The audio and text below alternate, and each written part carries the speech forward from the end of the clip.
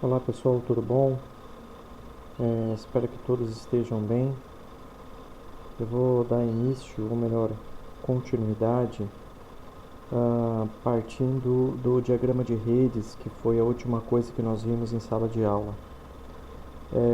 Nós vimos a fluxograma, né, como uma ferramenta para elaboração ou gerenciamento de processos. Nós fizemos alguns exercícios em sala de aula. Eu lembro que vocês se saíram muito bem na elaboração dos fluxogramas.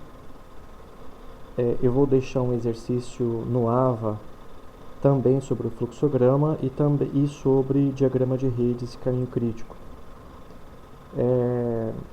Nós não chegamos, né, a fazer um exercício, pelo que eu me lembro, e como nós só tivemos uma única aula sobre diagrama de redes e foi lá no finzinho, e depois vocês precisaram falar sobre o projeto, então eu vou dar essa continuidade. E sobre o projeto a gente conversa depois.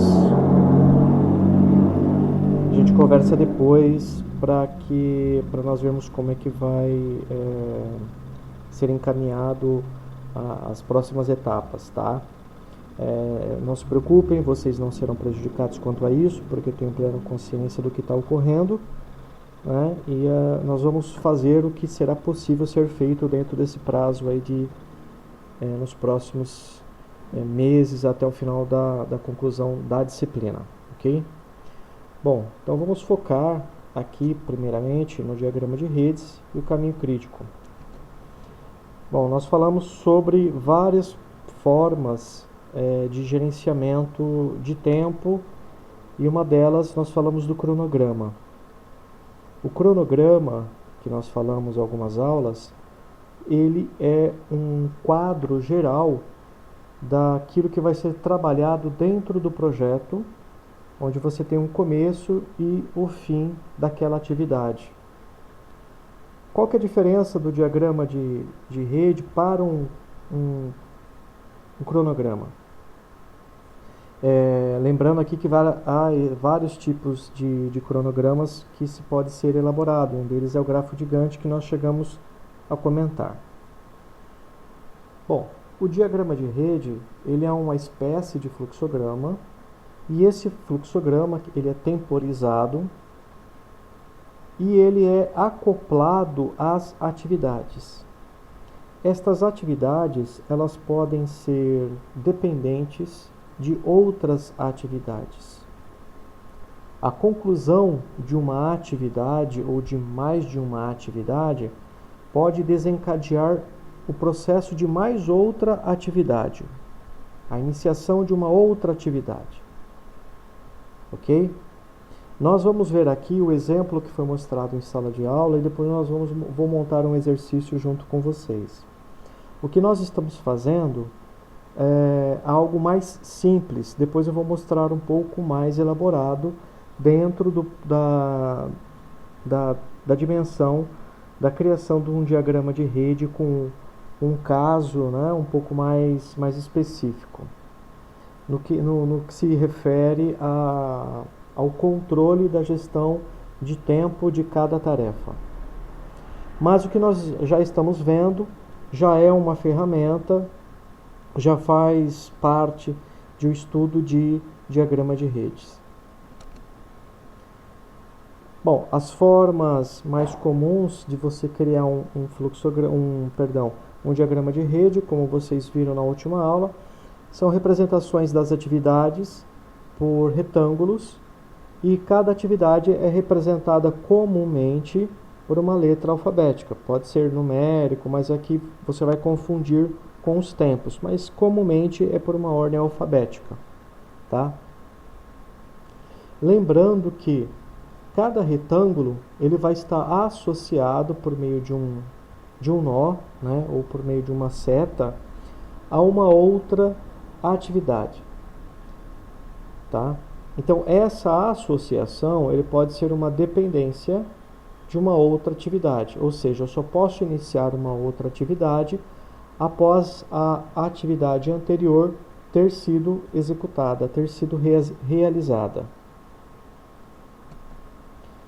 Este é um diagrama de rede um pouco mais detalhado, mas ainda faltando alguns outros elementos, né?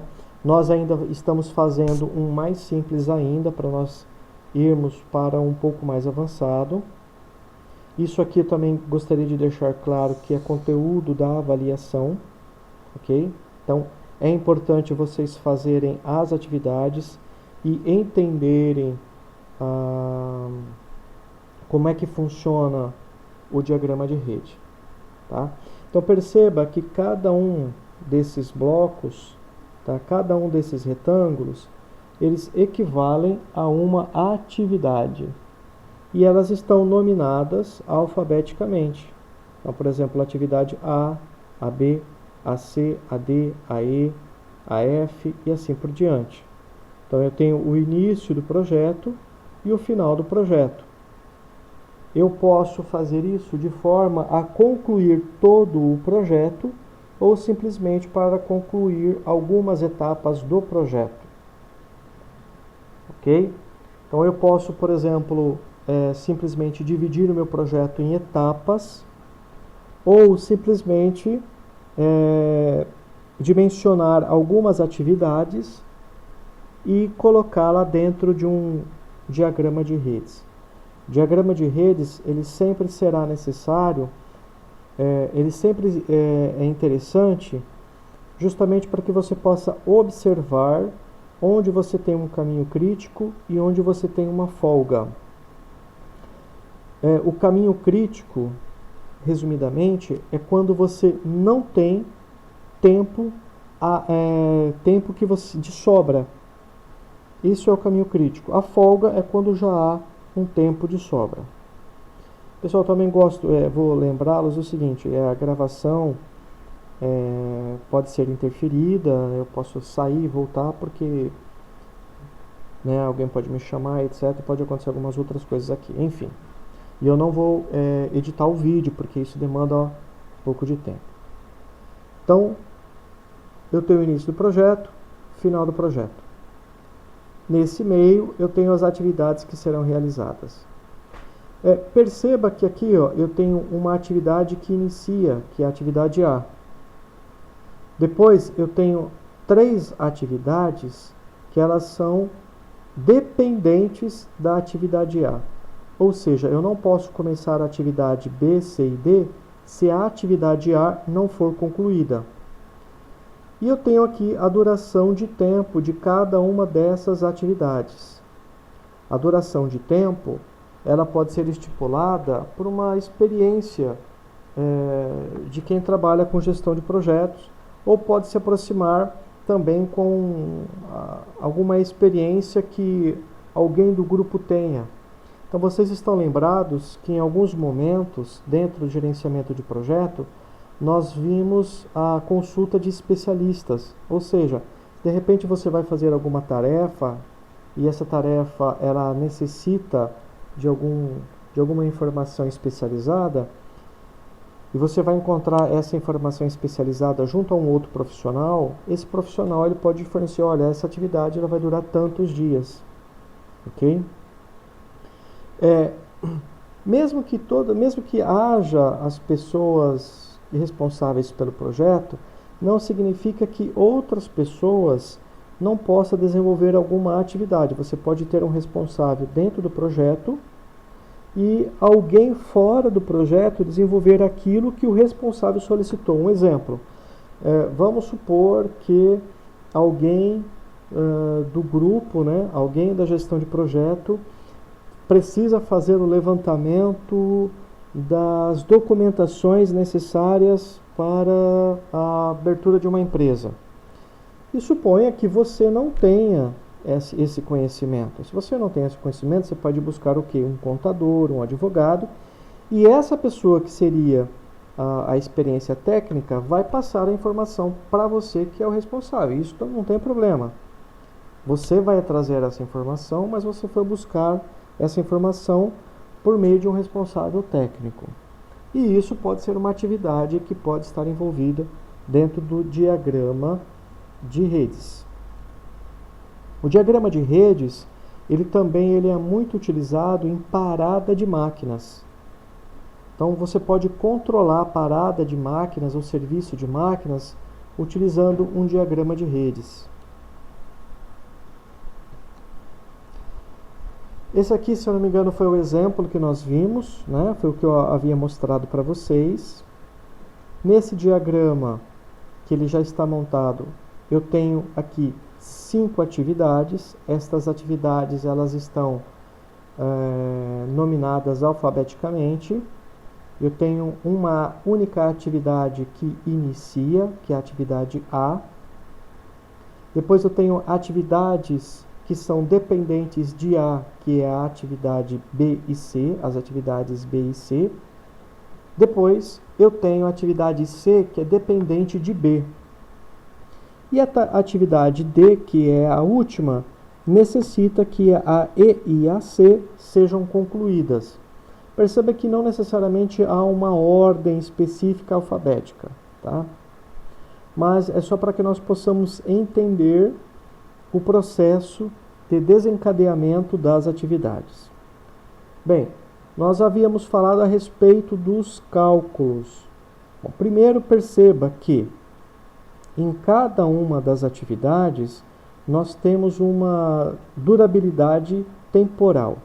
A atividade A de 3 dias ou de 3 horas, a atividade B a mesma coisa, de 3, a atividade C de 8 tempos, a atividade E de 6 tempos e a atividade a atividade D de 4 tempos, tá?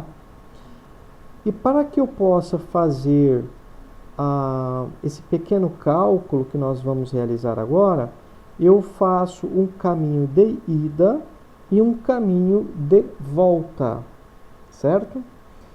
Bem, nesse caminho eu começo assim, bom, eu irei iniciar no dia 1. Se eu irei iniciar no dia 1 e a atividade A tem 3 tempos, né? Vamos supor que eu estou falando de dias, tá? Então eu vou começar no dia 1, dia 2, dia 3 ela termina. Então é por isso que aqui eu tenho o número 1, que é quando ela inicia, e o dia 3 é quando ela inicia. Se aqui fosse 4, aqui seria 4, porque eu iria começar no dia 1 e iria até o dia 4, tá? Mas nós estamos trabalhando aqui com tempo 3, certo? Para ficar fácil temporalmente, vamos associar todos esses números a dias. Bom, a atividade B e E só podem começar posteriormente à atividade A.